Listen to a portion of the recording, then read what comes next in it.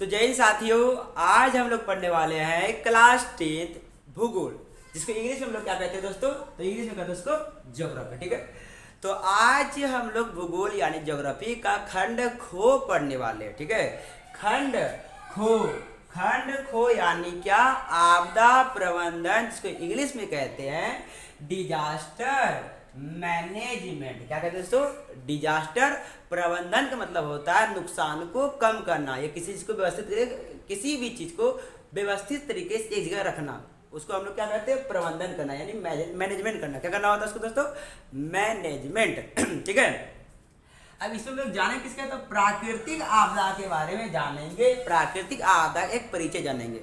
ठीक है, इसमें हम आपको मानव जनित आपदा भी बताएंगे। ठीक है, तो आज हम लोग का टॉपिक है दोस्तों, वो 3 टॉपिक है। कितने टॉपिक है दोस्तों?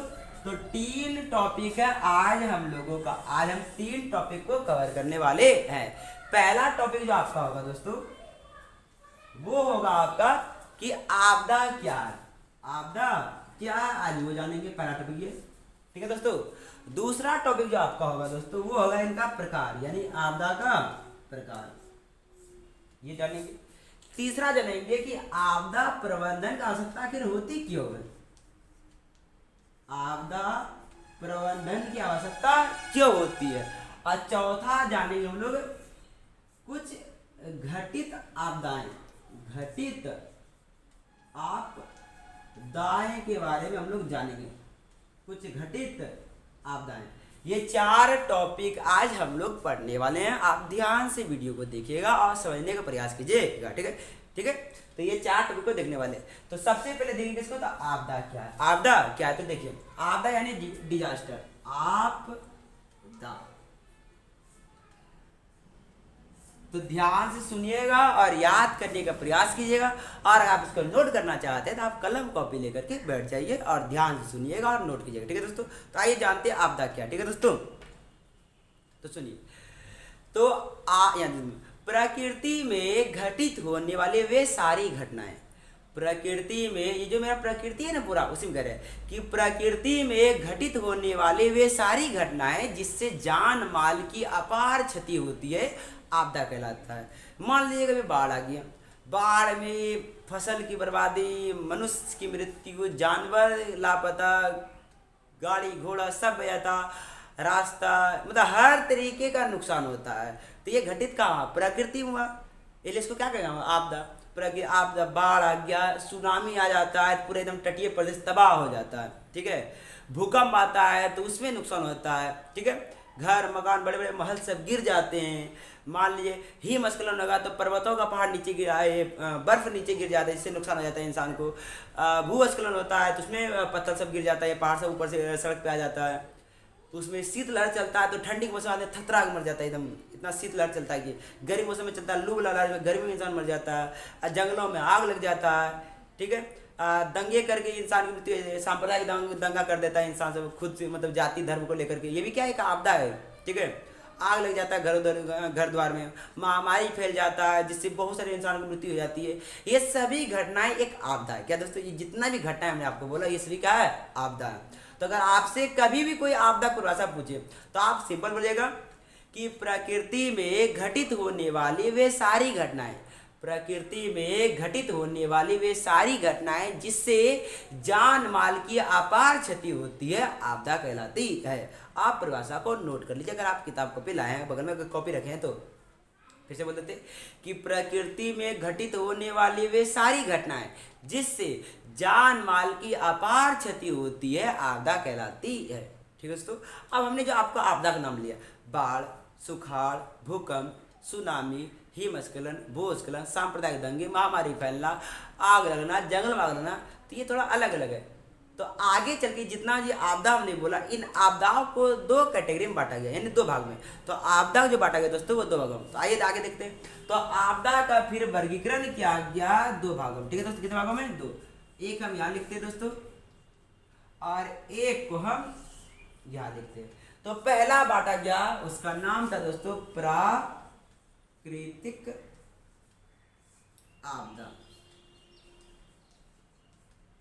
दूसरा बांटा गया दोस्तों मानव जनित आपदा। ठीक है दोस्तों।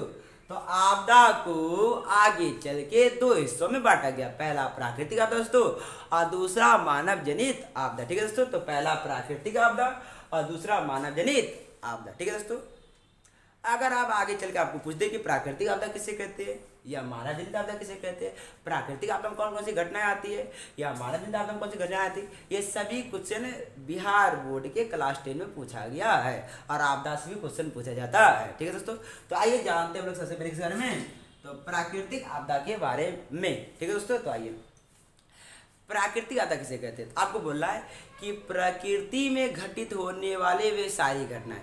ठीक है, ये तो प्रकृति द्वारा अब क्या बोलना, आप इस बार बोला प्रकृति द्वारा।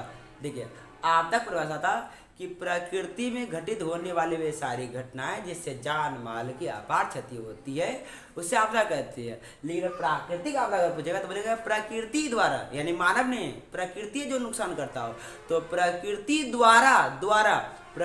द्वारा घटित होने वाली वे सारी घटनाएं जिससे जान माल की अपार क्षति होती है प्राकृतिक आपदा कहता है। अब प्रकृति कौन सी घटना घटता है अपने से जिसमें मानव को हाथ में होता है, तो वो देखिए क्या होता है। आइए उसे सबसे पहले आता है बाढ़।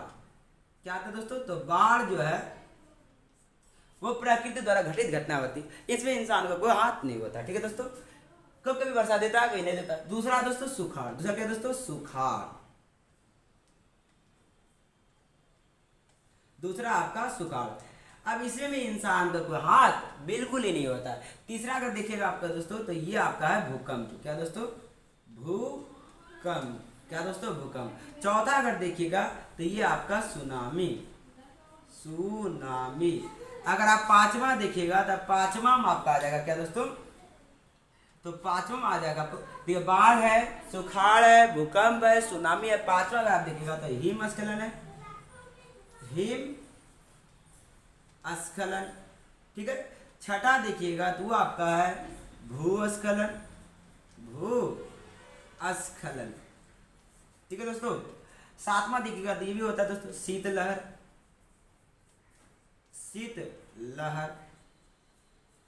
अगर आप आठवां देखिएगा तो वो भी होता है दोस्तों लू लहर। और नौवां देखिएगा तो वो होता है दोस्तों आपका शीतलहर लिख दिया, लू लहर लिख दिए दोस्तों। ठीक है, भूस्खलन लिख दिए, हिमस्खलन लिख दिए। तो ये सब जितनी भी घटना होती है, बाढ़, सुखाड़, भूकंप, सुनामी, हिमस्खलन, भूस्खलन, शीतलहर, लू लहर, जंगलों में आग लगना, जंगलों में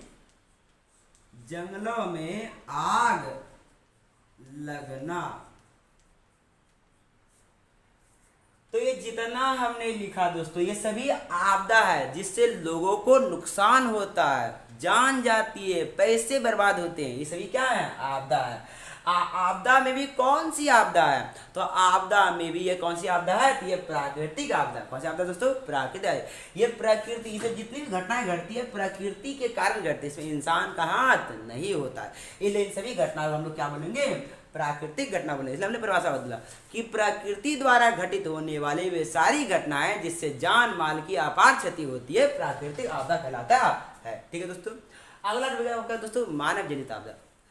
आप मानव क्या बोलिएगा, तो प्रकृति में मानव के द्वारा, प्रकृति में अब मानव द्वारा होगा, प्रकृति में मानव के द्वारा घटित होने वाली वे सारी घटनाएं जिससे जान माल की अपार क्षति होती है मानव जनित आपदा कहलाती है। जैसे देखिए दोस्तों, जैसे होता है इसमें सांप्रदायिक दंगा,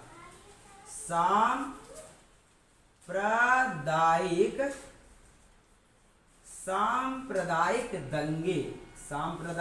दंगे। ठीक है दोस्तों। दूसरा होता है आपका आग लगना, आग का लगना। और तीसरा होता है आपका दोस्तों महामारी का फैलना, महामारी का फैलना। तो ये जो तीनों कारण दोस्तों, ये आपका, ये जो तीन कारण लिखे हैं दोस्तों, ये तीनों आपका है मानव जनित आपदा। सांप्रदायिक दंगे किससे होते हैं, मानव कारण होते हैं। लोग जाति, धर्म, भाषा, क्षेत्र, खान पान, पहनावा ओढ़ावा कारण लड़ते हैं, आपस में लड़ते हैं और इंसानों की मृत्यु होती है, पैसों की बर्बाद होती है, संसाधन का बर्बाद होता है, तो ये कौन सी घटना है? तो आपदा तो हुआ, लेकिन कौन सी आपदा? मानव जनित आपदा। ये आपका क्या था? आग का लगना। आप देखिए यहाँ पर दो बात इसको याद है, क्वेश्चन पूछा गया बोर्ड एग्जाम में, क्वेश्चन पूछा गया, ठीक है, ध्यान दीजिएगा। जंगलों में आग लगना जो है दोस्तों, वो आपका प्राकृतिक आपदा, क्योंकि ये प्रकृति द्वारा होता है। देख, गर्मी का मौसम होता है, और गर्मी के मौसम में जब हवाएं चलती है तो जो ये टहनियाँ यानी डाल सब होती है, वो दोनों टकरा जाता है, और टकराने के बाद जो घर्षण होता है तो आग लग जाता है। इससे पूरे जंगलों में आग लग जाता है। तो आप प्रकृति द्वारा घटना है, लेकिन घरों में हम लोग आग लग जाता है, जैसे मान लो चूल्हा में लग जाता है, गैस सिलेंडर में लग जाता है, हमारे कुछ गलती की वजह से। तो वो होती है आग लगना। अगर पूछे सिर्फ आग लगना, अगर सिर्फ और सिर्फ आग लगना पूछे तो मानव जनित आपदा लगाएंगे, और जंगलों में आग लगना अगर पूछे तब लोग क्या बोलेंगे? तब बोलेंगे हम लोग प्राकृतिक आपदा को बोलेंगे, ठीक है दोस्तों, इसको याद कीजिए। फिर महामारी फैला। महामारी प्रकृति ने फैला था, महामारी इंसान का नहीं फैलता। कोरोना का नाम आपने सुना, क्या कोरोना में प्रकृति ने फैलाया? नहीं, कोरोना को इंसानों ने फैलाया। तो महामारी फैलना भी मानव जनित आपदा है। क्या आप समझ गए आपदा के बारे में? आपदा किसे कहते हैं हमने बता दिया कि प्रकृति में घटित होने वाले वे सारी घटनाएं जिससे जान माल की आपात क्षति होती है, आपदा कहलाती है, ठीक है दोस्तों। उसका हमने आपको बताया कि प्राकृतिक आपदा किसे कहते हैं, ठीक है, यानी उसका बताया आपदा का प्रकार। आपदा दो प्रकार के, कौन सा प्रकार? तो हमने पहला बोला प्राकृतिक आपदा, ठीक है दोस्तों, और दूसरा हमने आपको बोला मानव जनित आपदा। मानव जनित आपदा, ठीक है। प्राकृतिक आपदा किसे कहते हैं? तो प्रकृति द्वारा घटित होने वाली वे सारी घटनाएं जिससे जान माल की अपार क्षति होती है, प्राकृतिक आपदा कहलाता है। और सब नाम दे दिए, बाढ़, सुखाड़। अगर आपको इसको समझना है तो थोड़ा बोलिए, हम समझा भी देते। क्या देखिए, पहला हुआ क्या? बाढ़। बाढ़ जो आती है दोस्तों, अत्यधिक वर्षा से आती है, नदियों में गाद जमा हो जाए। थोड़ा बता देते हैं कि बाढ़ कैसे आता है। तो अत्यधिक वर्षा होती है तो बाढ़ आता है, ठीक है। उसके बाद क्या? तो नदियों के तलहटी में जब गाद यानी कि मिट्टी सब जम जाता है, यानी ज्यादा भरा हो जाता है, तो भी क्या आता है? बाढ़ आता है। इसमें आपका एक क्वेश्चन पूछता है कि बताइए कि नदियों में बाढ़ आने का क्या कारण है? तो नदियों में बाढ़ आने का कारण है नदी तलहटी में अपसाद यानी कीचड़ों का जमा हो जाना। क्या होना? कूड़ा करकट कीचड़ बालू का जमा हो जाना क्या कहलाता है? यानी उसको अवसाद कहते हैं। क्या कहते हैं? अवसाद। ये क्वेश्चन पूछा गया बढ़िया में, ठीक है। तो नदी तलहटी में बाढ़ आने का मुख्य कारण है नदी तलहटी में अवसाद का जमा होना। अवसाद का जमा होना, याद है इसको, अवसाद का जमा होना इसका आंसर। बरसात होता है लेकिन अवसाद, बरसात हर साल होता है, बरसात से बाढ़ उतना नहीं आता है, अवसाद के जमा होने से ज्यादा बाढ़ आता है, ठीक है दोस्तों। क्योंकि नदी का जो अपना क्षेत्र होता है पानी रखने का, तो मान लीजिए मेरा क्षेत्र से पानी रखने, ठीक है, या मान लीजिए यहाँ तक पानी इस बार रखा गया, यहाँ तक मान लीजिए रखा गया पानी, ठीक है। अब इस बार जो बाढ़ आया था तो यहाँ तक मान लीजिए कादा आ गया, ठीक है। अब अगले बार पानी इतना दिए 4 उंगली तक ही पानी आ गया, अब यहाँ तक तो कादा, यानी मान लीजिए ये कूड़ा करकट है, तो वो 2 उंगली इसका पानी तो ऊपर न उठ जाएगा, तो यही पानी जो 2 उंगली ऊपर उठा वो आसपास के क्षेत्र में फैल जाएगा, जिसे हम लोग क्या कहेंगे? बाढ़ कहेंगे, ठीक है दोस्तों, इसलिए अवसाद। और उसका बाद सुखाड़। तो वर्षा नहीं होता है तो सुखाड़ आती है, ये किसके द्वारा होता है? प्रकृति द्वारा होता है। फिर सुनामी, ये भूकंप। भूकंप क्या है? कंपन, जब पृथ्वी ये कंपन जब स्थल में होता है तो भूकंप आता है। सुनामी भी आपको पता है कि जब कंपन समुद्र के तल में होता है तो सुनामी आता है, इससे भी नुकसान होता है बहुत ज्यादा। फिर है क्या? हिमस्खलन। क्या हिमस्खलन आप जानते हैं? नहीं, हम बता रहे हैं कि बर्फ का टूट के नीचे गिरना या बर्फ का ढह जाना क्या कहलाता है? हिमस्खलन कहलाता है। बर्फों का ढह जाना हिमस्खलन कहलाता है, ठीक है। तो इसको याद रखिए। आपसे ये भी क्वेश्चन पूछते हैं हिमस्खलन की घटनाएं किधर होती है? तो आपको पता है जहाँ पहाड़ होगा वहीं होगा, तो जम्मू कश्मीर वाले इलाके में हिमस्खलन होता है, ठीक है। तो याद रखिए। फिर क्या आपका? तो भूस्खलन। भूस्खलन मतलब क्या होता है? यानी कि जो कि ये मिट्टियों वाली पहाड़ होती है, छोटे छोटे कंकड़ पतले जो पहाड़ होते हैं, तो मिट्टियों का ढह जाना भूस्खलन कहलाता है। मिट्टियों का पहाड़ों से नीचे ढह जाना भूस्खलन कहलाता है। अभी भी क्वेश्चन पूछता है कि भूस्खलन कहाँ होती है? तो आपको पता है जहाँ पहाड़ वही भूस्खलन। तो कहाँ होती है? तो ये होते हैं उत्तराखंड में। कहाँ? उत्तराखंड में, याद रखिएगा, ठीक है दोस्तों। फिर क्या आपका? तो फिर है शीतलहर। शीतलहर समझते हैं ठंडी के मौसम में, जनवरी फरवरी के मौसम में, दिसंबर के मौसम में एकदम अजब से ठंडी वाली हवा चलती है, जिससे बहुत सारे इंसानों की मृत्यु हो जाती है ठंड की वजह से, कांपने की वजह से। तो उसको कहा जाता है शीतलहर। क्या कहता है? ये भी एक प्राकृतिक आपदा है, याद रखिएगा। फिर आपका क्या? तो लू लहर। लू मतलब होता है गर्मी के मौसम, जब ऐसा भीषण गर्मी, जब एकदम मतलब चिलचिलाता धूप होता है, तब के मौसम में जब हवा चलती है तो उससे लू लग जाता है और इंसान की मृत्यु हो जाती है। तो ये भी एक प्राकृतिक आपदा है। फिर एक जंगलों में आग। तो जंगलों में आग लगना भी एक प्राकृतिक आपदा है। हाँ, तो हम बोले थे कि नदियों में अवसाद के जम जाने से क्या आती है, बाढ़ आती है। ठीक है दोस्तों, तो नदियों में अवसाद के जम जाने से, ठीक है, इसको याद कीजिएगा। तो हमने आपको मानव जनित आपदाएं बोल दिया था।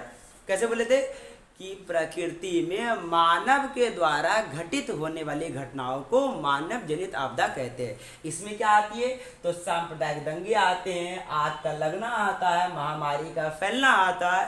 तो ये सभी क्या है, तो ये सभी मानव जनित आपदा है। ठीक है दोस्तों, तो हमने आज आपको आपदा किसे कहते हैं, आपदा का प्रकार सभी हमने बता दिया। ठीक है दोस्तों, तो हम आप अगर स्क्रीनशॉट इसका लेना चाहते हैं, हम साइड हो जाते हैं, आप स्क्रीनशॉट इसका ले लीजिए। ठीक है दोस्तों,